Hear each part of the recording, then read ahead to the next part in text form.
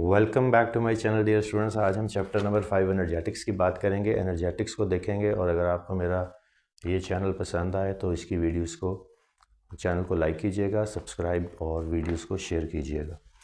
Energetics की बात करें तो एनर्जी चेंजेस की बात है। Energy changes which accompany a chemical reaction. तो एक सर्टन केमिकल एक्टिविटी जब टेक प्लेस करती है, मिसाल के तौर पर hydrogen reacts with oxygen to form water, balance करेंगे इस इक्वेशन को तो हमें ये पता लगेगा कि 2 moles of hydrogen are reacting with 1 mole of oxygen to form 2 moles of water. अब यहाँ पे एनर्जी चेंज की बात आएगी। एनर्जी चेंज की बात किस तरह से आएगी? हाइड्रोजन है और हाइड्रोजन जो है इसकी इंटरमॉलिक्यूलर फोर्सेस हैं, इसमें बॉन्डिंग है, केमिकल बॉन्डिंग। इसी तरह से ऑक्सीजन है, इसकी केमिकल बॉन्डिंग है अपनी और इंटरमॉलिक्यूलर फोर्सेस हैं। वाटर है, इसकी केमिकल बॉन्डिंग है और इंटरमॉलिक्यूलर फोर्सेस है। तो यहाँ पे इनिशियल केमिकल बॉन्ड्स टूटे, इंटरमॉलिक्यूलर फोर्सेस को ओवरकम किया गया, और ऑक्सीजन के बॉन्ड्स टूटे, इसकी इंटरमॉलिक्यूलर फोर्सेस को ओवरकम किया गया और एक नए बॉन्ड्स बने। नई इंटरमॉलिक्यूलर फोर्सेस ने जो है वो टेक ओवर किया। तो ये दो चीज़ें हैं जिसकी वजह से रिएक्शन डायनामिक्स में हम एनर्जी की बात करते हैं, क्योंकि इनिशियल बॉन्ड्स ने ब्रेक होना है और इंटरमॉलिक्यूलर फोर्सेस ने टूटना है। इंटरमॉलिक्यूलर फोर्सेस के बारे में हम जानते हैं कि इसमें हाइड्रोजन बॉन्डिंग है, डाइपोल डाइपोल इंटरेक्शंस हैं,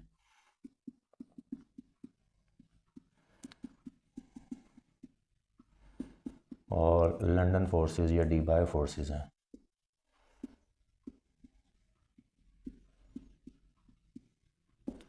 इसी तरह से केमिकल बॉन्डिंग के बारे में हम जानते हैं कि यूजुअली जो बॉन्ड्स हैं हमारे वो या कोवलेंट बॉन्ड होंगे या आयनिक बॉन्ड होंगे। कोऑर्डिनेट कोवलेंट भी हो सकते हैं, मेटालिक भी हो सकते हैं। Covalent bond, ionic bond, metallic bond और coordinate covalent bond, dative bond भी जिसको कहते हैं।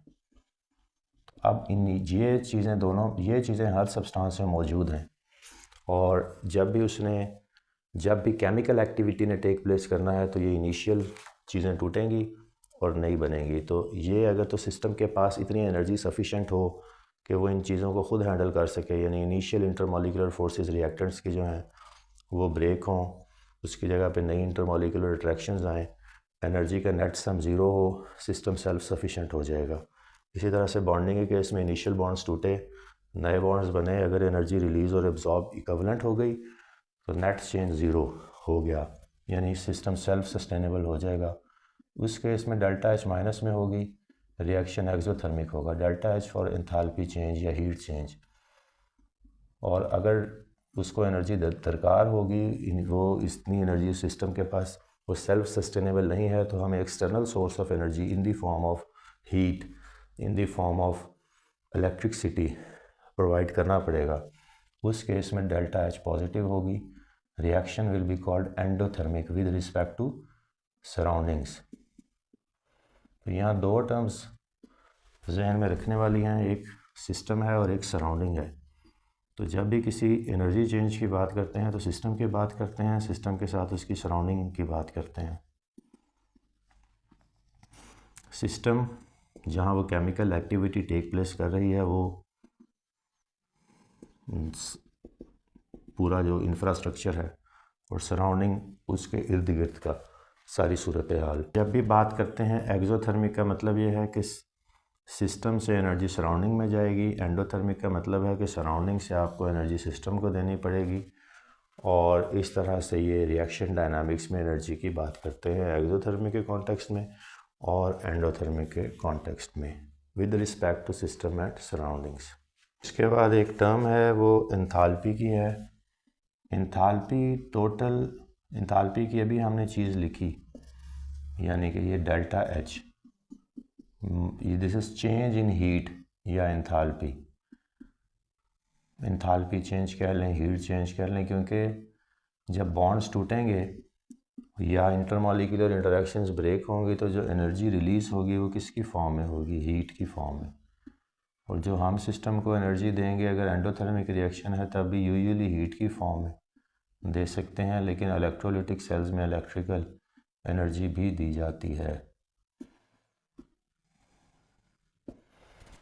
अब हम कुछ रिएक्शंस देखते हैं। ये एंथैल्पी जब भी स्टडी करनी है, हीट चेंजेस जब भी स्टडी करनी है, तो जिस ब्रांच ऑफ साइंस या केमिस्ट्री को देखा जाता है उसको थर्मोडायनेमिक्स कहते हैं। Therm is for heat, dynamics is for change.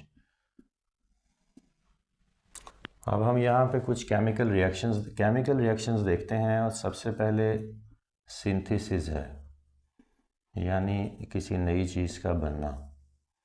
अब सिंथेसिस में जब होगा तो दो रिएक्टिंग स्पीशीज़ इन्वॉल्व होंगी, एटलीस्ट दो, it can be more than two. अब ये नाइट्रोजन ने हाइड्रोजन से रिएक्ट किया और अमोनिया ने फॉर्म किया। यूजुअली यहाँ पे अगर आप हीट चेंजेस की बात करें तो एंडो होगा किसी पॉइंट पे एक्सो होगा, तो नेट हीट चेंज देखी जाती है कि कितनी है। तो फिर पता लगता है कि आपको ये रिएक्शन एंडोथर्मिक है या एक्सोथर्मिक है। लेकिन जब भी सिंथेसिस की बात करेंगे तो अमूमन हीट सिस्टम को किसी न किसी पॉइंट पे दरकार होगी। इसके बाद है कंडेंसेशन रिएक्शंस। अब कंडेंसेशन रिएक्शन में जब पानी का वाटर मॉलिक्यूल का लॉस होगा, तो जब वाटर मॉलिक्यूल लॉस होता है तो उसके नतीजे में हीट लॉस होती है। हीट लॉस किधर होती है? सराउंडिंग्स में। तो आप कह सकते हैं कि कंडेंसेशन रिएक्शंस जो है ये एक्सोथर्मिक होते हैं।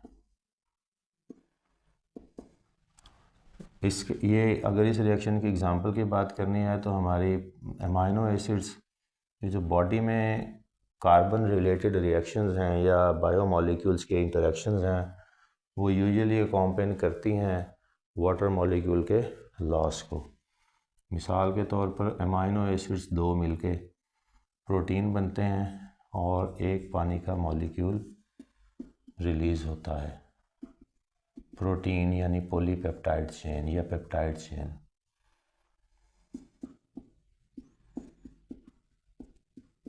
Plus water. तीसरी किस्म के रिएक्शन जो हैं ये डिस्प्लेसमेंट रिएक्शंस हैं।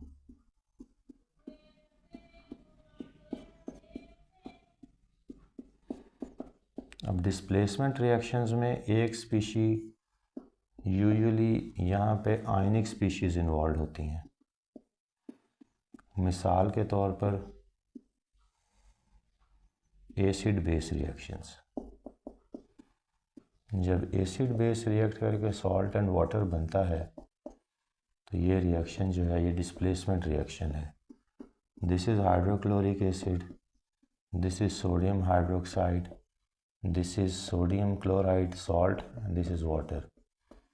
तो ये यहाँ पे आयनिक स्पीशीज़ हैं जिन पे चार्ज मौजूद है, डाइपोल्स मौजूद हैं, पोलर इन नेचर है, और ये भी पोलर इन नेचर है क्योंकि sodium is electropositive, hydroxyl is electronegative, hydrogen is electropositive, chlorine is electronegative.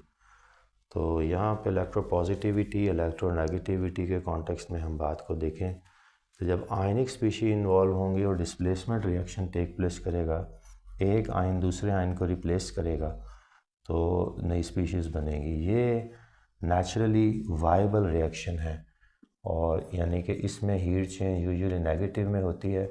ये रिएक्शन एनर्जेटिकली फेवरेबल हैं, ये यूजुअली एक्सोथर्मिक ही होंगे।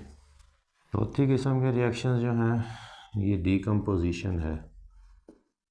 जब भी आपने डीकम्पोज करना है किसी सब्सटेंस को तो आपको एनर्जी देनी पड़ेगी, चाहे इनिशियली देनी पड़े लेकिन ज़रूर एनर्जी सिस्टम को दरकार होगी। कैल्शियम ऑक्साइड और कैल्शियम कार्बोनेट, कार्बन डाइऑक्साइड है, ये कैल्शियम कार्बोनेट का लाइमस्टोन है, हीट के बगैर ये नहीं टूटेगा। तो यहाँ पे जो है डेल्टा चेंज अमूमन पॉजिटिव में ही होगी। Reaction will B endothermic in nature. इसके बाद कंबस्शन रिएक्शंस हैं जिसमें हाइड्रोकार्बन्स इन्वॉल्व हैं, ये भी एक्सोथर्मिक होते हैं। मिसाल के तौर पर मीथेन गैस है CH4, it reacts with oxygen to form carbon dioxide, water and combustible or ignitable energy. This is a combustion reaction and it is going to be exothermic in all cases. छठी बात अगर हम करें तो oxidation है, loss of electrons. जब भी loss of electrons होगा, मिसाल के तौर पर कार्बन ऑक्सीजन से मिलके जब कार्बन डाइऑक्साइड बनेगी तो लॉस ऑफ इलेक्ट्रॉन हुआ, किसका? कार्बन का। यहाँ ज़ीरो ऑक्सीडेशन स्टेट से ये किस में चली गई? +4 में। कितने इलेक्ट्रॉन लूज़ किए? 4। तो ये जो ऑक्सीडेशन रिएक्शंस हैं ये इलेक्ट्रॉन लॉस के, इसके में इलेक्ट्रॉन्स लूज़ होते हैं, ये एक्सोथर्मिक होंगे। इसमें एनर्जी सिस्टम से सराउंडिंग में रिलीज़ होगी। अब ये रिडक्शन रिएक्शन में अगर कार्बन को ही लें, हाइड्रोजन से रिएक्ट करवाएं, मीथेन गैस फॉर्म H2 होगा, मीथेन गैस फॉर्म होगी। अब ये मीथेन गैस यहाँ पे 0 है इसका ऑक्सीडेशन नंबर, यहाँ मीथेन में जाके -4 हो गया, तो ये रिडक्शन है, this is gain of electron. ये वाले reactions are going to be endothermic, क्योंकि इसमें गेन ऑफ इलेक्ट्रॉन्स है तो ये एंडोथर्मिक है। और सराउंडिंग से आपको सिस्टम में हीट एनर्जी प्रोवाइड करनी होगी to carry out the reaction. अब अगली बात हमने करनी है कि how does a certain reaction take place. तो इसका सिर्फ एक लाइनर जवाब है और वो ये है कि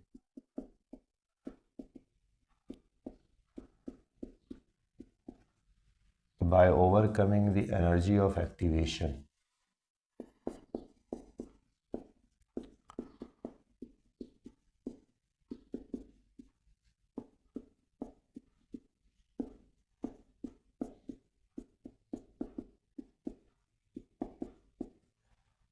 EA भी लिख देते हैं, एनर्जी ऑफ एक्टिवेशन, यानी कि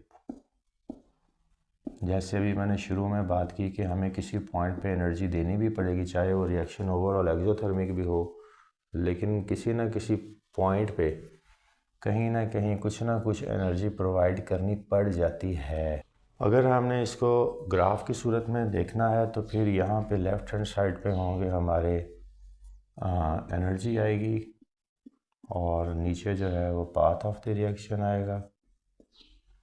लोअर करना है किसको? एनर्जी ऑफ एक्टिवेशन को। अब एनर्जी ऑफ अब बेशक यहाँ पे ये रिएक्टेंट्स हैं और प्रोडक्ट्स जो हैं वो नीचे हैं, यानी कि एक एक्सोथर्मिक रिएक्शन है ओवरऑल, लेकिन फिर भी एक उस बैरियर को इसने काउंटर करना है इस तरह से, और फिर ये डाउनवर्ड सफ़र शुरू होगा। एक बार अपवर्ड सफ़र ज़रूर होगा और इसको यहाँ पे ये एनर्जी ऑफ एक्टिवेशन जिसको कहते हैं EA, इसको ज़रूर इसने काउंटर एक्ट करना है। अब ये सेल्फ सस्टेनेबल होगा सिस्टम अगर तो वो ख़ुद से मैनेज कर लेगा, नहीं तो किसी इस एनर्जी ऑफ एक्टिवेशन को ओवरकम करने के लिए कहीं ना कहीं किसी पॉइंट पे एनर्जी प्रोवाइड करनी पड़ भी सकती है एक्सटर्नली। बेशक ओवरऑल वो सिस्टम जो है वो एक्सोथर्मिक ही हो फाइनली, लेकिन किसी पॉइंट पे एनर्जी देनी भी पड़ सकती है ताकि ये वाला जो बैरियर है, इस तरह से कैटलिस्ट का इस्तेमाल किया जाता है ताकि ये वाला बैरियर जो है एनर्जी ऑफ एक्टिवेशन का ये जल्दी अबूर हो जाए। तो इस तरह से कुछ ना कुछ पुश प्रोवाइड करनी पड़ जाती है, बेशक वो रिएक्शन ओवरऑल एक्सोथर्मिक ही हो, जिस तरह के ये है। और जो डेल्टा H की बात होगी, हीट चेंज की बात, वो ये है।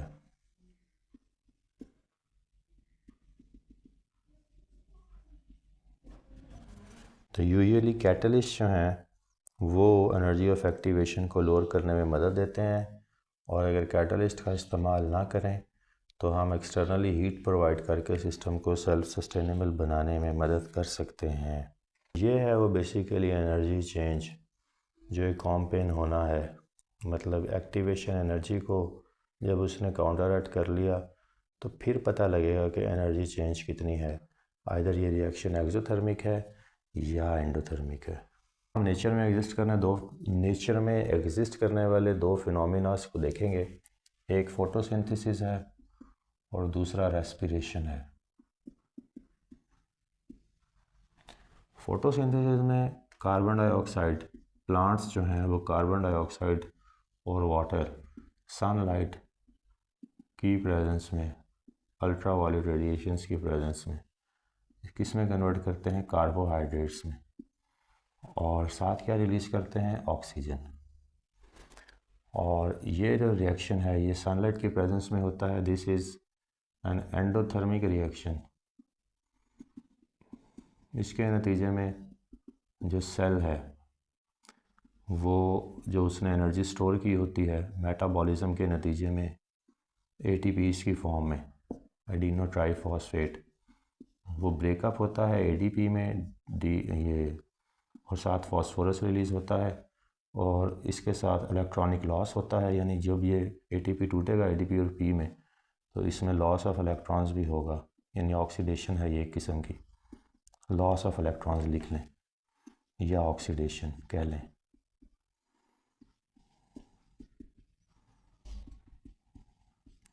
इस प्रोसेस ऑक्सीडेशन के नतीजे में यानी स्टोर्ड एनर्जी का breakup with the release of electrons will provide the energy for this process which is photosynthesis।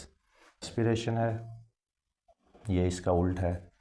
यहाँ पे जो बना हुआ कार्बोहाइड्रेट है जो बॉडी में स्टोर्ड है किसी फॉर्म में, जैसे कि ग्लाइकोजन की फॉर्म में, जैसे कि सेलुलोज की फॉर्म में, ये ब्रेकअप होगा और यहाँ पे फिर आपको वापस कार्बन डाइऑक्साइड, वाटर और एनर्जी मिलेगी जो हम अपने मेटाबॉलिक एक्टिविटीज़ को कंडक्ट करने के लिए और बॉडी के दूसरे फंक्शंस को स्ट्रीमलाइन करने के लिए हमें यूटिलाइज है। बल्कि बॉडी के हर पार्ट को एट एवरी मोमेंट रिक्वायर्ड है एनर्जी। तो वो ये जो फोटोसिंथेसिस में कार्बोहाइड्रेट का मॉलिक्यूल बना ये उसका ब्रेकअप है और with the release of energy है। ऐसे ही जैसे कंबस्शन होती है हाइड्रोकार्बन्स की और एनर्जी रिलीज़ होती है। तो यहाँ पे ये एक्सोथर्मिक रिएक्शन है, इसमें हीट चेंज नेगेटिव में होगी।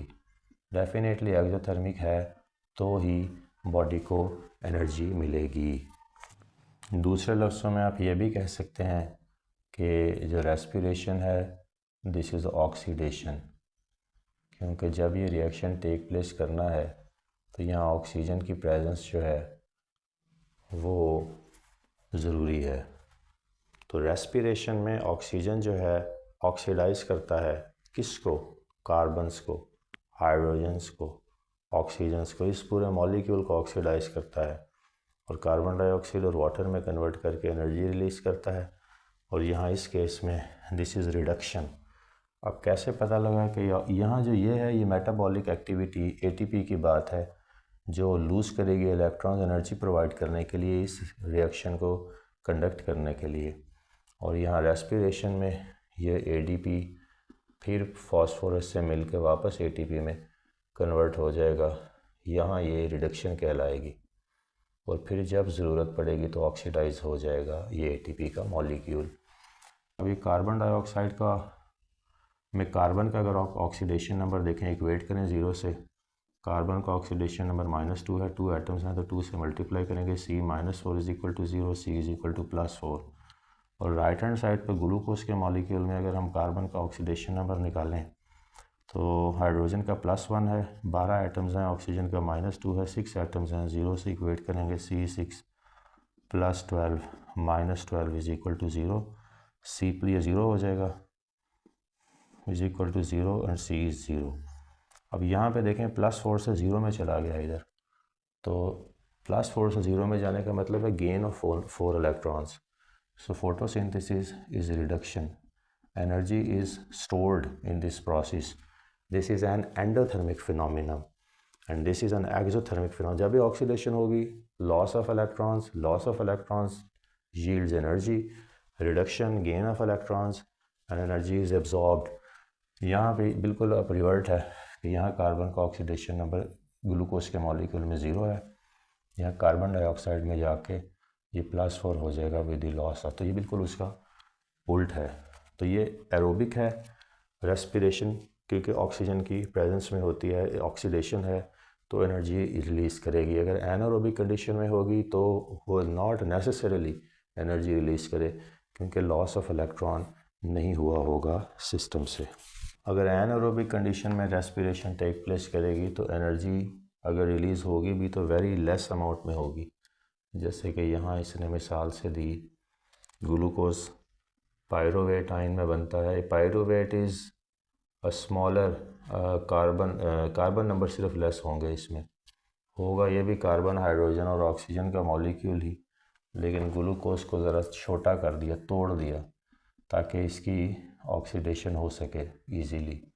जब पायरोवेट है फिर ये जाएगा एब्सेंस ऑफ ऑक्सीजन में, अब प्रोडक्ट्स चेंज हो जाएंगी, अल्कोहल्स बनेंगी, अल्कोहल बनेगी, कार्बन डाइऑक्साइड रिलीज़ होगी और कुछ एनर्जी भी साथ मिलेगी, जो कि इस एनर्जी के कॉन्टेक्स्ट में बहुत कम होगी, क्योंकि यहाँ इनकम्प्लीट ऑक्सीडेशन है। तो इनकम्प्लीट ऑक्सीडेशन के नतीजे में लेस एनर्जी और कंप्लीट ऑक्सीडेशन के नतीजे में maximum amount of energy release होगी। यहाँ एक छोटी सी टर्म है, इसको भी समझ लेते हैं। रिएक्शंस बाज़ रिवर्सिबल भी होते हैं, टू वे रिएक्शंस होते हैं। एक इरिवर्सिबल होते हैं जो वन वे रिएक्शंस हैं, और एक रिवर्सिबल है। मिसाल के तौर पर ए ने रिएक्ट किया बी के साथ और सी और डी बना, ये फॉरवर्ड रिएक्शन है, इसमें रिवर्स रिएक्शन नहीं है, रिएक्टेंट से सिर्फ प्रोडक्ट्स में कन्वर्ट हो रही हैं। This is a one way reaction, this is an irreversible reaction. इसी तरह से रिवर्सिबल रिएक्शंस भी हैं जो कि टू वे रिएक्शंस हैं। इसी तरह से ए प्लस बी है, ये जैसे सी प्लस डी में जाएगी, इसी तरह से किसी पॉइंट पे वापस ए प्लस बी में भी कन्वर्ट होगी, यानी जो रिएक्टेंट्स हैं वो प्रोडक्ट्स से भी कन्वर्ट होंगे। ये टू वे रिएक्शन है। अब यहाँ भी ये एक सेल्फ सस्टेनेबल सिस्टम बन जाता है और एक पॉइंट आता है कि डायनामिक इक्विलिब्रियम अचीव हो जाता है और फॉरवर्ड और रिवर्स रिएक्शन जो है वो सेल्फ सस्टेनेबल हो जाते हैं, इक्विलिब्रियम में आ जाते हैं। इसकी अपनी डायनामिक्स हैं। पहले फॉरवर्ड रिएक्शन टेक प्लेस करेगा और जब sufficient amount of product form हो जाएगी तो फिर वो बैलेंसिंग एक्ट होगा और फिर रिवर्स रिएक्शन स्टार्ट हो जाएगा। मिसाल के तौर पर जब एमोनिया की सिंथेसिस है, ये एक बड़ी अच्छी मिसाल है रिवर्सिबल रिएक्शन की। Nitrogen reacts with hydrogen to form ammonia.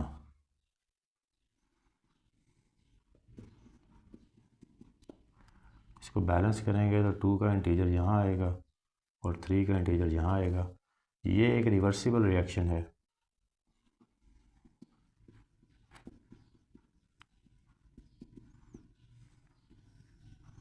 और यहाँ पे इनिशियली वही काम है कि एनर्जी ऑफ एक्टिवेशन को लोअर करना है, फॉरवर्ड रिएक्शन टेक प्लेस करेगा। अब ये रिएक्टेंट्स हैं, ये एनर्जी है, ये पाथ है और ये प्रोडक्ट्स हैं। तो ये इस रिएक्शन जब स्टार्ट होगा तो यहाँ से इसने एनर्जी ऑफ एक्टिवेशन को लोअर किया और ये तकरीबन जो है वो एक ही हाइट पे, इन द सेंस ये है कि जितनी एनर्जी ऑफ एक्टिवेशन रिएक्टेंट को चाहिए प्रोडक्ट में कन्वर्ट होने के लिए, प्रोडक्ट भी उस एनर्जी, उतनी ही एनर्जी ऑफ एक्टिवेशन को काउंटर करके रिएक्टेंट्स में कन्वर्ट हो जाएगा। तो ये एक self sustainable system reversible reactions का बन जाएगा, यानी जितनी रिएक्टेंट्स प्रोडक्ट में कन्वर्ट होंगी उतनी ही प्रोडक्ट्स जो हैं वो रिएक्टेंट्स में कन्वर्ट होंगी। तो ये है वो एक्टिवेशन एनर्जी या EA। और इसमें हीट चेंज जो है वो नहीं होगी। उसकी वजह ये है कि ये एनर्जी ऑफ एक्टिवेशन जब इनिशियल इसने काउंटर की तो प्रोडक्ट्स जो हैं वो एनर्जाइज हो गई, उन्होंने अपनी एनर्जी रिलीज़ की और इस एनर्जी ऑफ एक्टिवेशन को काउंटर किया तो फिर रिएक्टर्स में कन्वर्ट हो गई। तो जो नेट इफ़ेक्ट है डेल्टा चेंज का वो तकरीबन वो ज़ीरो होगा और ये एक सेल्फ सस्टेनेबल वायबल सिस्टम बन जाएगा, जिसमें हमें प्रोडक्ट्स और रिएक्टेंट्स दोनों मिलती चली जाएंगी जब तक कि हम खुद रिएक्शन को स्टॉप ना करें। फॉरवर्ड रिएक्शन को आप इंक्रीज़ भी करा सकते हैं रिएक्टेंट्स की तादाद बढ़ा के, और रिवर्सिबल रिएक्शन को इंक्रीज़ करा सकते हैं प्रोडक्ट्स की तादाद बढ़ा के। एनर्जी ऑफ एक्टिवेशन को चाहें तो लोअर करा सकते हैं कैटलिस्ट को इस्तेमाल करके, और इस तरह से अपनी मर्ज़ी से हम मेनू टेम्परेचर प्रेशर की कंडीशंस, तो कंसंट्रेशन, टेम्परेचर और प्रेशर की वेरिएशन के साथ हम इस सेल्फ सस्टेनेबल सिस्टम को अपनी मर्ज़ी से डिस्टर्ब कर सकते हैं अपनी मर्ज़ी की प्रोडक्ट्स हासिल करने के लिए। यानी अगर हमें नाइट्रोजन अमोनिया ज़्यादा चाहिए तो हम यहाँ पे किसी पॉइंट पे रिएक्टर्स की कंसंट्रेशन बढ़ा देंगे या प्रोडक्ट को एक्सट्रैक्ट करते रहेंगे, तो फिर जो है वो ज़्यादा से ज़्यादा रिएक्टेंट प्रोडक्ट्स में कन्वर्ट होंगे। अब हम इसकी एक्सरसाइज पे चलते हैं। क्वेश्चन नंबर 1 का पार्ट 1 कहता है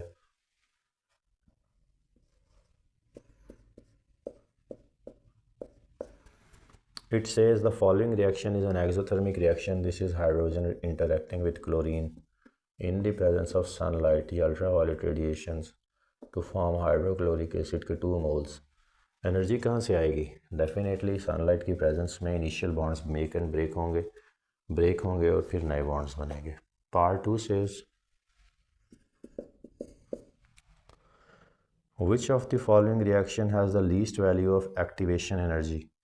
अब उसने यहाँ पे 4 रिएक्शंस दिए हुए हैं। पहला है hydrogen is reacting with oxygen half, balance करने के लिए, to form water molecule.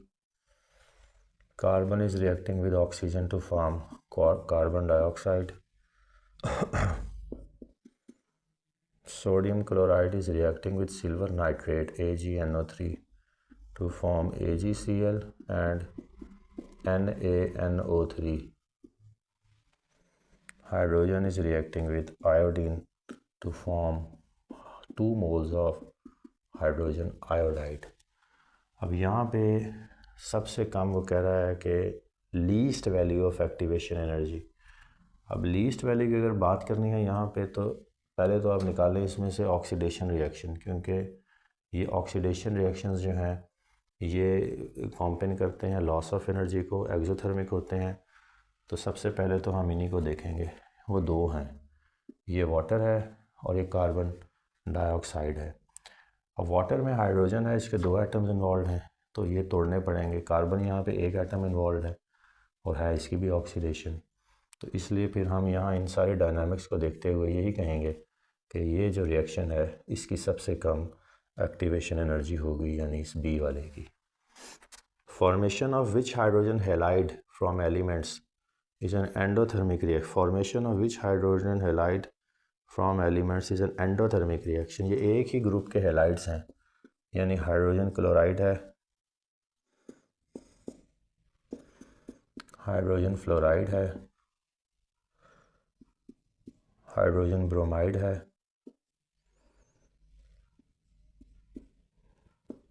Hydrogen iodide है। अब यहाँ पे वो कह रहा है कि कौन सा रिएक्शन एंडोथर्मिक होगा, जहाँ पे एनर्जी सिस्टम से सराउंडिंग से सिस्टम में आएगी, रेडिली कौन सा बनेगा। अब साइज़ की बात आएगी। Fluorine is the first member, chlorine is bromine and iodine, तो ये इनकी तरतीब है। इसका एटॉमिक साइज़ स्मॉलेस्ट है, ये मोस्ट स्टेबल है, जल्दी से एक इलेक्ट्रॉन को गेन करके बॉन्ड बना लेगा, और जितना स्मॉल एटॉमिक साइज़ होता है उतनी ही जल्दी वो बॉन्ड फॉर्मेशन में जाता है, उतनी जल्दी वो स्टेबल हो जाता है। यहाँ पे जो हाइड्रोजन फ्लोराइड का मॉलिक्यूल है ये एक्सोथर्मिक होगा। हाइड्रोजन क्लोराइड का मॉलिक्यूल उससे कम एक्सोथर्मिक, ये उससे कम और ये सबसे कम। ये इसमें आयोडीन का एटॉमिक साइज़ इज़ मैक्सिमम। तो फिर ये जो ऑप्शन है ये एंडोथर्मिक इन नेचर होगी। एनारोबिक रेस्पिरेशन के प्रोडक्ट्स की बात कर रहा है पार्ट 4 में। अब यहाँ anaerobic respiration in the absence of oxygen होती है anaerobic respiration.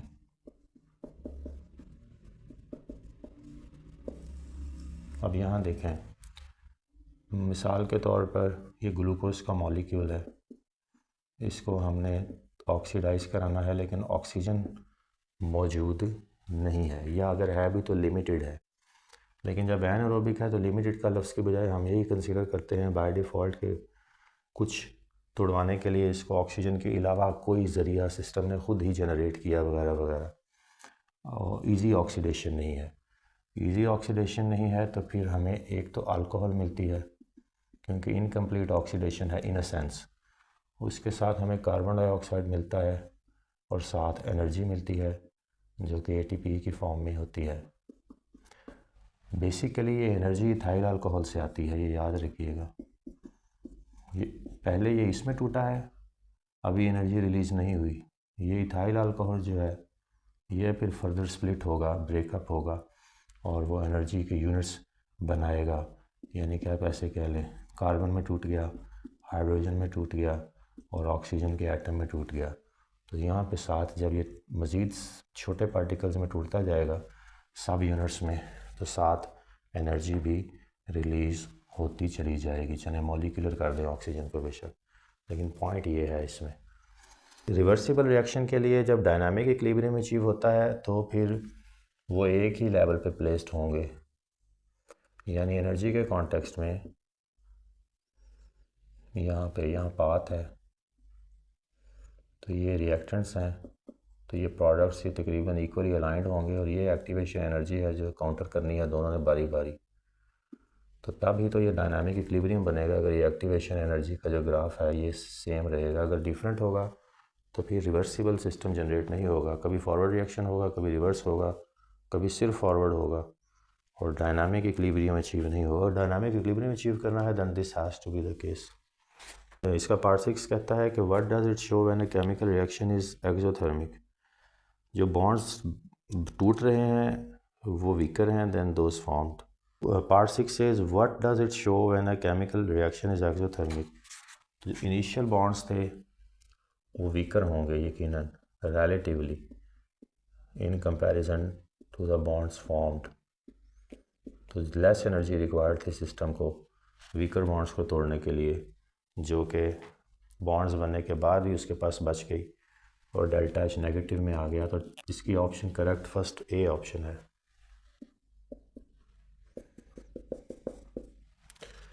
When sodium hydroxide and hydrochloric acid are mixed, the temperature increases. The reaction is exothermic with a negative enthalpy change. Acid base reaction are exothermic और salt and water बनता है, इसमें NaCl बनेगा, साथ water बनेगा, साथ energy release होगी और ये डेल्टा एच माइनस से लिखी जाती है।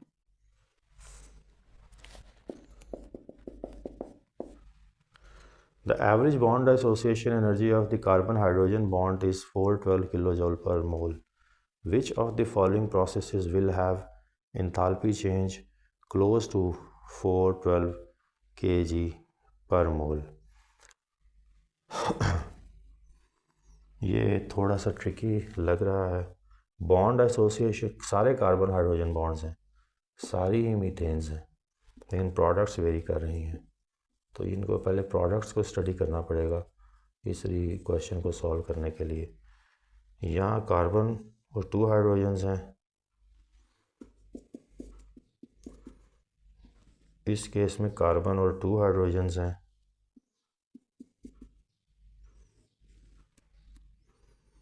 इस केस में कार्बन प्लस 4 हाइड्रोजन के एटम्स हैं और इस केस में मिथाइल है और हाइड्रोजन है। अब बात यह है कि ये चारों पॉसिबिलिटीज़ हैं, चारों में एनर्जी रिक्वायर्ड है। वो कह रहा है सबकी एनर्जी जो है, जो carbon hydrogen bond association energy है वो 412 kg पर मोल है। तो सबसे करीब तरीन किसकी होगी? जो मुकम्मल रिएक्शन हुआ है वो ये दो हैं, दोनों ऑप्शन ये सेम है 1 और 2, या कोई मिस प्रिंट है लेकिन यही है क्योंकि ये कम्प्लीटली अपने उन रिएक्टेंट्स या उनमें टूटा है जो ओरिजिनली एग्जिस्ट करते हैं। हाइड्रोजन एटम बनने का मतलब ये है कि बॉन्ड एनर्जी पूरी प्रोवाइड नहीं की गई, तो हाइड्रोजन मॉलिक्यूल्स की बजाय एटम्स या रेडिकल्स जनरेट हुए हैं और यहाँ पे मिथाइल ग्रुप, और ये इनकम्प्लीट लेस एनर्जी प्रोवाइड करने के नतीजे में डिसोसिएशन जो है वो कंप्लीट नहीं है। तो ये वाली जो ऑप्शन है 1, ये ही इसकी करेक्ट ऑप्शन है क्योंकि यहाँ पूरी एनर्जी प्रोवाइड की गई और हमें पूरी वैल्यू फॉर मनी मिली। Part 9 says The average bond energies for oxygen single bond and oxygen double bond are 146 and 496 kilojoule per mole respectively. Find the enthalpy in kilojoules for the following reaction. अब यहाँ पे उसने बात की है कि अगर ऑक्सीजन और ऑक्सीजन का सिंगल बॉन्ड है, जैसे कि उसने H2O2 कंपाउंड की बात की, हाइड्रोजन परऑक्साइड की, इसमें हर ऑक्सीजन दूसरी ऑक्सीजन से सिंगल बॉन्ड से जुड़ी हुई है, और जब इसको ब्रेकअप करवाया गया या डीकम्पोज करवाया गया तो हमें मिला वाटर का मॉलिक्यूल H2O और हाफ ऑक्सीजन का मॉलिक्यूल, यानी इक्वेशन बैलेंस करने के लिए। अब ये जो ऑक्सीजन का मॉलिक्यूल है इसको हम भूल जाएं, तो ये जो ऑक्सीजन का मॉलिक्यूल है, यहाँ ऑक्सीजन दूसरी ऑक्सीजन से डबली बॉन्डेड है, यहाँ सिंगली बॉन्डेड है। सवाल ये है कि bond energy for oxygen single bond is 146। Single bond तोड़वाने के लिए कम एनर्जी चाहिए, डबल बॉन्ड तोड़वाने के लिए ज़्यादा एनर्जी चाहिए। एंथैल्पी चेंज आपने बतानी है इस रिएक्शन की, तो ये सिंपल सब्ट्रैक्शन है। एंथैल्पी चेंज की बात करनी है, रिएक्टेंट साइड पे 146 ऑक्सीजन के केस में इन्वॉल्व हैं सिंगल बॉन्ड को ब्रेक करने के लिए, और डबल बॉन्ड को ब्रेक करने के लिए तो उसने एनर्जी आपको दी है 496। अब यहाँ हमने इसको 496 में से जब 146 को सब्ट्रैक्ट करेंगे तो हमारे पास एंथैल्पी चेंज आ जाएगी, और ये है 350, और ये प्लस में है, यानी सिस्टम को आपको एनर्जी देनी पड़ेगी। उसकी वजह यह है कि रिएक्टेंट साइड पे सिंगल बॉन्ड है, प्रोडक्ट साइड पे उसने सिंगल बॉन्ड से डबल बॉन्ड बनना है, तो मेक एंड ब्रेक की बात है। अब ये पार्ट 10 कह रहा है कि डायमंड से ग्रेफाइट में कन्वर्ट करना हो तो क्यों ये पॉसिबल नहीं है एज एन एक्सोथर्मिक रिएक्शन। तो एक्सोथर्मिक रिएक्शन ना होने की वजह यह है कि ये रेगुलर 3D पैकिंग है। डायमंड जो है ये कार्बन के हेक्सागन्स ही हैं, लेकिन इनकी लेयरिंग 3 डायमेंशनल अरे में है along X, Y and Z planes, जबकि ये 2 डायमेंशनल में है। ग्रेफाइट जो है इसमें तीसरा प्लेन Z का इन्वॉल्व नहीं होता। पॉइंट ये है कि वेरिस बॉन्ड्स अब कोवलेंट ही है, सारे कार्बन्स हैं कॉर्नर्स पे, इधर भी लेयरिंग का फ़र्क है। ये हार्डेस्ट नॉन सब्सटेंस है। अब आपने इसको ब्रेक करवाना है तो एक्टिवेशन एनर्जी बहुत ज़्यादा होगी और सारी फैक्टर्स मिल जाएंगे, लेकिन और जो एंड रिज़ल्ट बनेगा रिएक्टेंट्स में प्रोडक्ट्स में कन्वर्ट होना है एक्टिवेशन एनर्जी को अबूर करके। ये हार्डेस्ट नॉन सब्सटेंस है, सारे के सारे कार्बन हैं, कोई आयनाइजेशन नहीं, कोई पोलैरिटी नहीं, कोई चार्ज सेपरेशन नहीं। एक जॉइंट कोवलेंट स्ट्रक्चर है जिसको ब्रेक करवाना बहुत मुश्किल है, एक्टिवेशन एनर्जी हासिल करना बहुत मुश्किल है, इसलिए ये रिएक्शन नहीं होगा। ये इसकी ऑप्शन जो करेक्ट है वो सी ऑप्शन है। नंबर 2 पे चलते हैं, शॉर्ट आंसर्स देने हैं। कहते हैं what is the difference between enthalpy and enthalpy change. Enthalpy is the total heat content of the system.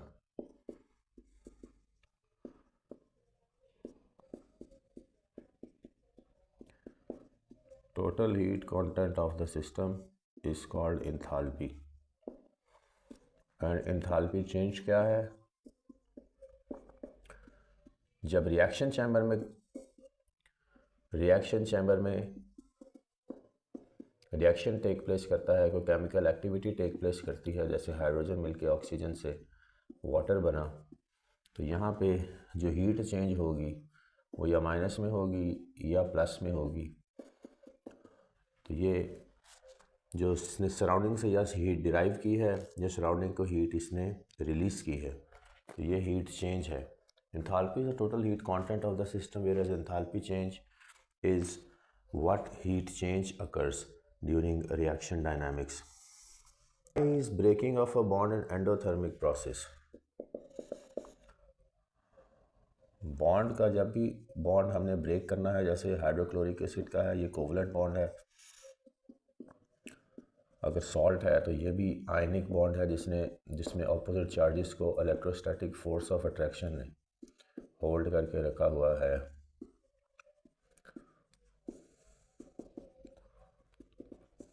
यहाँ पे एनर्जी डेफिनेटली रिक्वायर होगी, क्योंकि यहाँ पे जो बॉन्डेड इलेक्ट्रॉन पेयर है इसको न्यूक्लियस ने होल्ड किया हुआ है, हाइड्रोजन के भी और क्लोरीन के भी।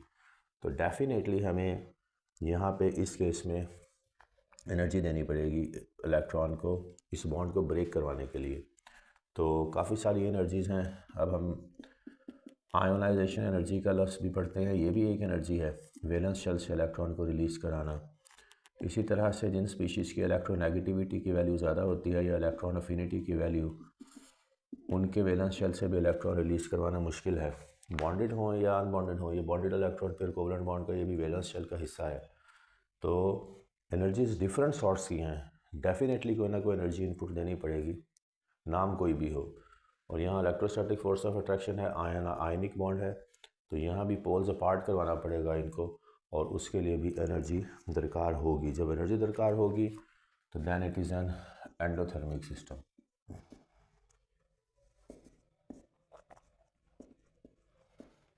Three says depict the transition state of the reaction.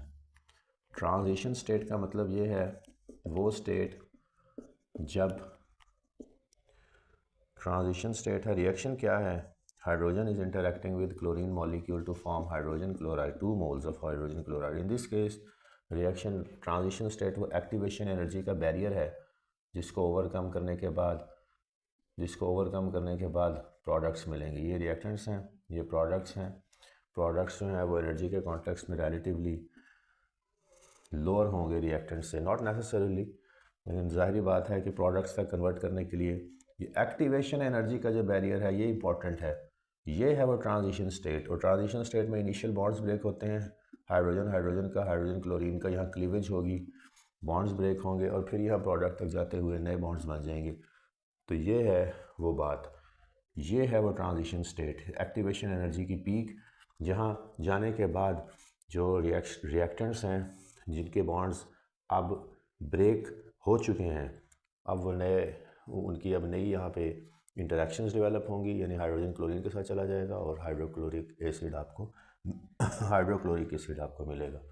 तो transition state, this is the transition state, the peak of the activation energy where initial bonds are broken and new products are not yet formed but are in a process of being formed.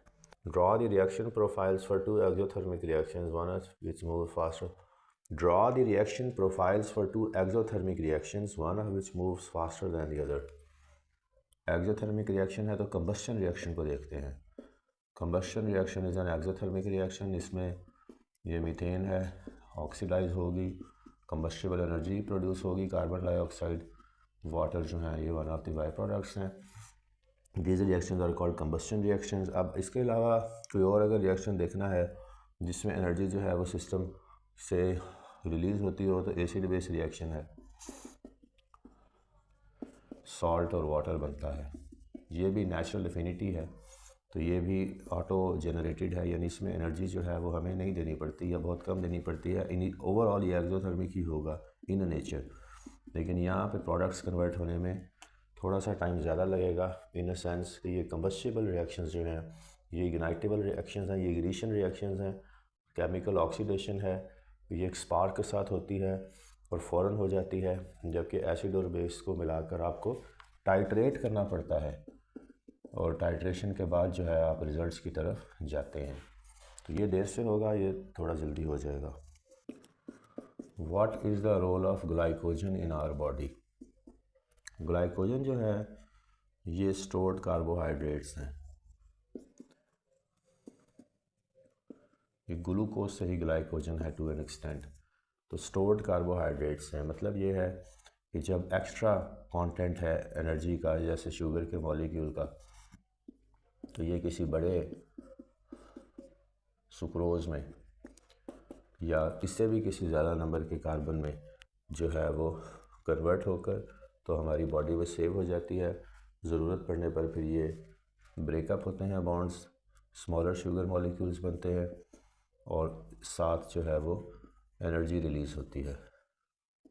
यानी आप कह सकते हैं कि ये further जो है वो ऑक्सीडाइज होते हैं और उसके नतीजे में ये स्मॉलर यूनिट्स में टूटते हैं और जब भी बॉडी को ज़रूरत होगी ये एनर्जी रिलीज़ कर देंगे। कहाँ पाए जाते हैं हमारी बॉडी में? लिवर में, और इसके अलावा मसल्स में भी। क्वेश्चन नंबर 3 है कंस्ट्रक्टेड रिस्पांस क्वेश्चन।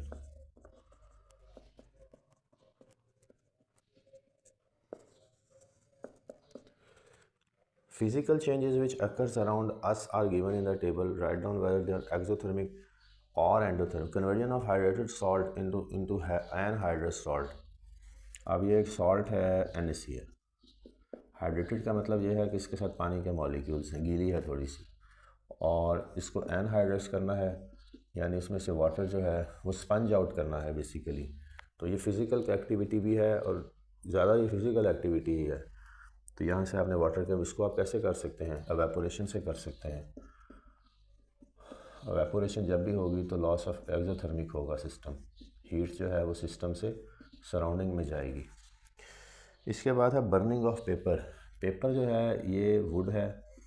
वुड का मतलब ये है कि कार्बन के कंपाउंड्स हैं, मिसाल के तौर पर CH3 ईथेन का मॉलिक्यूल लिखा। अब आपने इसको करना क्या है, बर्न करना है, तो ऑक्सीडेशन है। तो CO2 और वाटर तो आपको यहाँ पे मिलेगा ही मिलेगा। ये भी एक्सोथर्मिक इन नेचर है क्योंकि ये ऑक्सीडेशन है। ऑक्सीडेशन जब भी होगी तो वो एक्सोथर्मिक इन नेचर है। इसके बाद है वेपराइजिंग लिक्विड नाइट्रोजन। नाइट्रोजन ये है, लिक्विड नाइट्रोजन है, तो वेपराइज करना है, वेपर्स बनाने हैं। क्या करेंगे, हीट देंगे तो फिर ये एंडोथर्मिक है क्योंकि सिस्टम को आप हीट दे रहे हैं। Conduction of electricity bye metals. Electricity bye metallic bond है ये, इसमें C ऑफ इलेक्ट्रॉन्स होते हैं सराउंडेड बाय प्रोटॉन्स।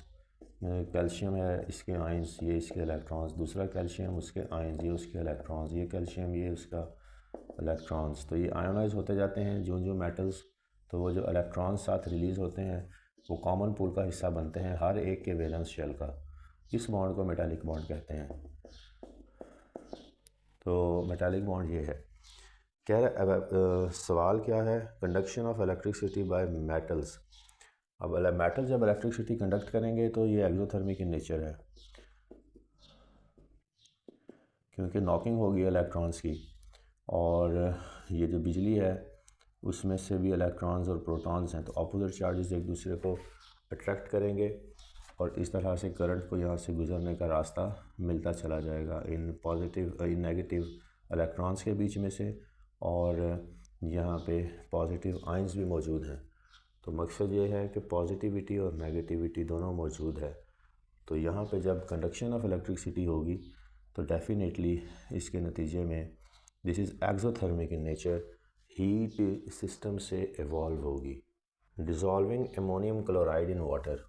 ये अमोनियम क्लोराइड है, ये एक सॉल्ट है, इसको वाटर में आप करेंगे तो एसिड और बेस मिलेगा। हाइड्रोक्लोरिक एसिड मिलेगा और आपको साथ मिलेगा अमोनियम हाइड्रोक्साइड बेस।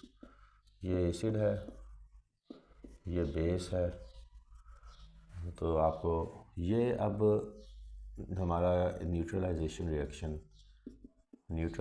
रिएक्शन का ऑपोजिट है, यानी एसिड बेस रिएक्शन जो है वो सॉल्ट और वाटर फॉर्म करता है, और ये वाला रिएक्शन जो है ये उसका उल्ट है।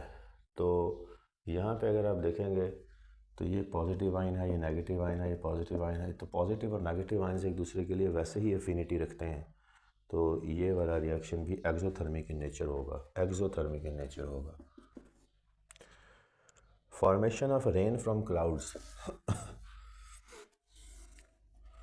रेन जो है ये कंडेंसेशन रिएक्शन है। कंडेंसेशन रिएक्शन जो है इसमें लॉस ऑफ वाटर मॉलिक्यूल होता है, और पानी जब रिलीज़ होता है सिस्टम से तो हीट एनर्जी जो है वो सराउंडिंग्स को जाती है, वो जगह कूलिंग इफेक्ट पानी के रिलीज़ के साथ होता है। तो इसका मतलब यह है कि सिस्टम से सराउंडिंग में एनर्जी गई, this is going to be exothermic in nature. ये नेक्स्ट है, ये इधर से एक रह गया था, एवेपोरेशन ऑफ ड्राई आइस। अब ये जो ड्राई आइस है ये बेसिकली कार्बन डाइऑक्साइड है, यानी कि आपने सॉलिडिफिकेशन, ये ऐसे ही है जैसे ऑयल में से हाइड्रोजन गैस गुजारें तो वो घी बन जाता है। इसी तरह पानी में से कार्बन डाइऑक्साइड गैस जो है उसको गुजारा जाए तो आइस जो है उसका जो वाटर कंटेंट है वो ऑक्सीडाइज हो जाता है और वो सॉलिडिफाई हो जाती है, एक स्ट्रिक्टली सॉलिड स्ट्रक्चर बन जाता है। और इस केस में जो है वो ड्राइनेस आ जाती है, वाटर कंटेंट जो है उसको वो सिस्टम से निकल जाता है। तो इसको अगर आपने इवेपोरेट कराना है तो क्योंकि ये ड्राइड आइस है तो इसमें आपको एनर्जी देनी पड़ेगी। This is going to be endothermic in nature, क्योंकि मल्टीपल नोयत के बॉन्ड्स हैं जिनको आपको ब्रेक कराना पड़ेगा। Explain why the reaction between atmospheric gas oxygen and nitrogen does not take place normal conditions. What in the lightning these gases reacting, the reaction stop as soon as lightning stops। ये है nitrogen और oxygen जो है ये molecular form में exist कर रहे हैं नेचुरली, और इतनी नेचुरल एफिनिटी इसलिए नहीं है क्योंकि ये मेटलॉइड है और ये नॉन मेटल है। तो ये नेचुरल एफिनिटी तब होती है जब ये नॉन मेटल के साथ कोई प्योर मेटल जैसे कैल्शियम होती है यहाँ पे। ये रिएक्शन जो है ये ज़्यादा फीजेबल था, लेकिन जब मेटलॉइड आ गई है जो प्लस में भी ऑक्सीडेशन स्टेट शो करती है, यानी इलेक्ट्रॉन लूज़ भी कर सकती है, माइनस में भी इलेक्ट्रॉन गेन भी कर सकती है, तो फिर ये नेचुरल एफिनिटी नहीं है रिएक्शन की। हाँ, एक्सटर्नल कंडीशन जैसे कि सनलाइट किसी ने बात की, वो जब दी जाएंगी तो ये रेडिकल्स में टूट जाएगा नाइट्रोजन, इसका बॉन्ड ब्रेक होगा। ये नाइट्रोजन अपर एटमॉस्फेयर में रेडिकल्स ही जनरेट होते हैं, और ये ऑक्सीजन जो है वो ये है। तो ये नाइट्रोजन के मॉलिक्यूल, ये नाइट्रोजन के रेडिकल्स, ये ऑक्सीजन के रेडिकल्स, फिर ये ऑक्साइड फॉर्मेशन की तरफ जाएगा। N2O नेचर का भी बन सकता है, NO2 नेचर का भी बन सकता है, N2O5 नेचर का भी बन सकता है, और इनका मिक्सचर भी बन सकता है, और NO भी इसने लिखा हुआ है तो वो भी बन सकता है। यही है वेरिएबल ऑक्सीडेशन स्टेट्स की बात की। ये नाइट्रोजन के वेरिएबल ऑक्सीडेशन स्टेट्स हैं, मेटलॉइड है, इसलिए ये नेचुरल अफिनिटी नहीं है। लेकिन एक्सटर्नल कंडीशंस की मौजूदगी में जैसे कि सनलाइट है या थंडरबोल्ट है, फिर ये रेडिकल्स जनरेट होंगे और फिर ये रिएक्शन कंड्यूसिव हो जाएगा। अब पार्ट 3 है reaction between natural gas and atmospheric oxygen does not place when you mix them. Methane gas कह रहा है a reaction between natural gas and atmosphere does not take place when mixed। as soon as you show a burning matchstick the reaction starts continues until। अच्छा, ये reaction जो है इग्नाइटेबल, क्योंकि energy इसमें combustible energy form होती है। Reaction तो basically oxidation का हो चुका होता है, लेकिन जब आप इसको स्पार्क प्रोवाइड करते हैं तो फिर ये फ़ौरन इग्नाइटेबल एनर्जी भी रिलीज़ कर देता है। तो ये है सिर्फ पाजरा इंजन की हम जो है वो स्टार्ट करने के लिए जब चाबी घुमाते हैं तो वो साथ ही कंबस्शन रिएक्शन जो है वो इनिशिएट होता है। तो बेसिकली मीथेन और ऑक्सीजन का ऑक्सीडेशन रिएक्शन एनर्जाइजेबल या इग्नाइटेबल तब होगा जब आप उसको स्पार्क प्रोवाइड करेंगे, तो फिर आपको साथ फ्यूम्स भी मिलेंगे और कंबस्टिबल एनर्जी भी मिलेगी। वो कह रहा है कि ये नाइट्रोजन ऑक्सीजन का रिएक्शन है, 2 moles of nitrogen oxide form हुए। बॉन्ड एसोसिएशन एनर्जी नाइट्रोजन की, बॉन्ड एसोसिएशन एनर्जी ऑक्सीजन की दी गई है, bond formation energy nitrogen oxide की दी गई है। तो लेफ़्ट पे ये N2 है प्लस O2 है, राइट पे NO है, और -626 जो है इसकी बॉन्ड फॉर्मेशन एनर्जी है। आप इन दो को ऐड कर लेंगे और उसमें से माइनस कर देंगे तो ओवरऑल जो एंथैल्पी चेंज है वो हमारे पास आ जाएगा 16 10 14 15 और 14, और इसमें से माइनस करेंगे आप 626 को 0 3 8 830 इसका एंथैल्पी चेंज प्लस में होगी। अब ये kg/मोल। हीट को सादा लफ्ज़ों में हमने कहना है तो हम कह सकते हैं कि kinetic energy of the particles, और एंथैल्पी जो है ये total heat content of the system है।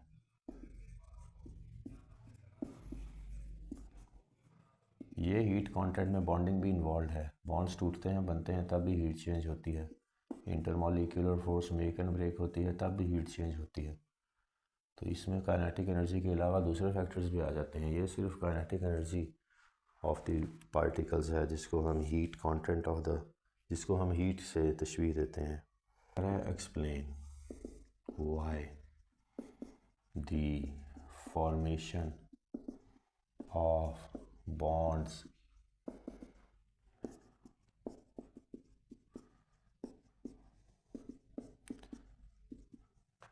ऑक्टेट कंप्लीट करने की तरफ जाता है सिस्टम जब वो बॉन्ड फॉर्म करता है। जैसे ये कैल्शियम है, ये किसी हैलोजन से तब मिलेगा जब ये CaCl2 बना के स्टेबल हो जाएगा, CaCl2 बना के स्टेबल हो जाएगा। वैलेंस शेल के 2 इलेक्ट्रॉन को लूज़ करके +2 में चला जाएगा, ये -1 में है, हो जाएगी, यानी 1 इलेक्ट्रॉन गेन करेगी। और क्योंकि कैल्शियम 2 इलेक्ट्रॉन रिलीज़ करता है तो 2 क्लोरीन एटम्स 1 इलेक्ट्रॉन गेन करेंगी, दोनों का ऑक्टेट कंप्लीट हो जाएगा, यानी वैलेंस शेल कंप्लीट हो जाएगा बाय डुप्लेट और ऑक्टेट। तो इसलिए फिर ये इनकी नेचुरल एफिनिटी है, ये रिएक्शन की तरफ जाएंगे, इसीलिए बॉन्ड्स फॉर्म होते हैं। वरना तो बॉन्ड, अब वो हमारी जो ग्रुप 18 की नोबल गैसेस हैं, ये बॉन्ड फॉर्म करने की तरफ नहीं जाती क्योंकि इनका वैलेंस शेल जो है वो 2 या 8 इलेक्ट्रॉन से फिल्ड है। तो ये स्टेबल ऑक्टेट है, यानी कि स्टेबल हैं। तो इसलिए जब भी बॉन्ड फॉर्मेशन होनी है तो कोई ना कोई कमी है जिसको पूरा करना है, तो फिर ये नेचुरल फ्लो होगा, तो फिर ये एक्सोथर्मिक ही होगा। और जितनी कोई स्पीशीज़ पोल्स अपार्ट होंगी, एक इलेक्ट्रोपॉजिटिव एक एक्सट्रीमली इलेक्ट्रोनेगेटिव, उतना ही ज़्यादा एक्सोथर्मिक रिएक्शन होगा। Explain the role of lipids in our body. Lipids जो हैं ये ईस्टर्स हैं ऑफ कार्बोक्सिलिक एसिड्स। ये देखें, ये कार्बोक्सिलिक एसिड है एक, और यहाँ पे इसका ईस्टर बनाना है तो ये अल्कोहल को साथ मिला दें तो ये लॉन्ग चेन कार्बोक्सिलिक एसिड्स या ईस्टर्स इनको कहेंगे। ये एक ऐसी, ये देखें इसमें कार्बन कितने हैं, 1 2 3, फिर ऑक्सीजन्स हैं। तो ये एक ऐसा स्ट्रक्चर है जो जिसमें पॉजिटिव एंड्स भी हैं, नेगेटिव एंड्स भी हैं, और इसके अलावा ये एक हमारी बॉडी में इंसुलेशन शीट फॉर्म करता है और प्रिवेंट करता है हमें एक्सट्रीम वेदर कंडीशन से। और ये स्टोर्ड एनर्जी भी है, जिसका मतलब ये है कि जब भी हमारी बॉडी को एनर्जी दरकार होगी तो ये ब्रेकअप होंगे बॉन्ड्स और सिस्टम एनर्जी रिलीज़ कर देगा। यही इनके 2 बड़े यूज़ हैं। 5 पे चलते हैं। Explain the following terms.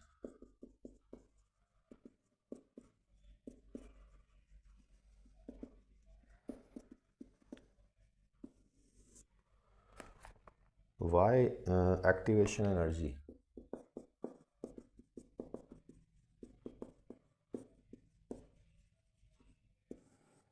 Activation energy जो है वो एनर्जी का बैरियर है जिसको ओवरकम करना किसी भी रिएक्टेंट के लिए ज़रूरी है बिफोर प्रोडक्ट्स कन्वर्ट हो। तो ये एक्टिवेशन एनर्जी का वो पीक है, यानी ये वो एनर्जी का बैरियर है जिसको ओवरकम करना ज़रूरी है। कैटलिस्ट की प्रेजेंस में ज़रा जल्दी कवर अप हो जाएगा, हीट देंगे सिस्टम को तो भी जल्दी हो जाएगा। ट्रांजिशन स्टेट की बात हम कर चुके हैं, यही ट्रांजिशन स्टेट है। जब रिएक्शन से प्रोडक्ट में कन्वर्ट होना है तो एक्टिवेशन एनर्जी का जो पीक है वही ट्रांजिशन स्टेट है, जिस पर इनिशियल बॉन्ड्स इलेक्ट्रॉन्स के टूट चुके होते हैं और अब नई बॉन्डिंग की तरफ बात जा रही होती है। फिर एरोबिक रेस्पिरेशन है, इस पर हम बात वैसे कर चुके हैं। एरोबिक रेस्पिरेशन जो हमारी बॉडी में एनर्जी रिलीज़ करने के लिए शुगर का मॉलिक्यूल ऑक्सीजन की प्रेजेंस में टूट कर कार्बन डाइऑक्साइड, वाटर और साथ एनर्जी रिलीज़ करता है। This is aerobic respiration which results in release of energy which is a necessity for our living bodies.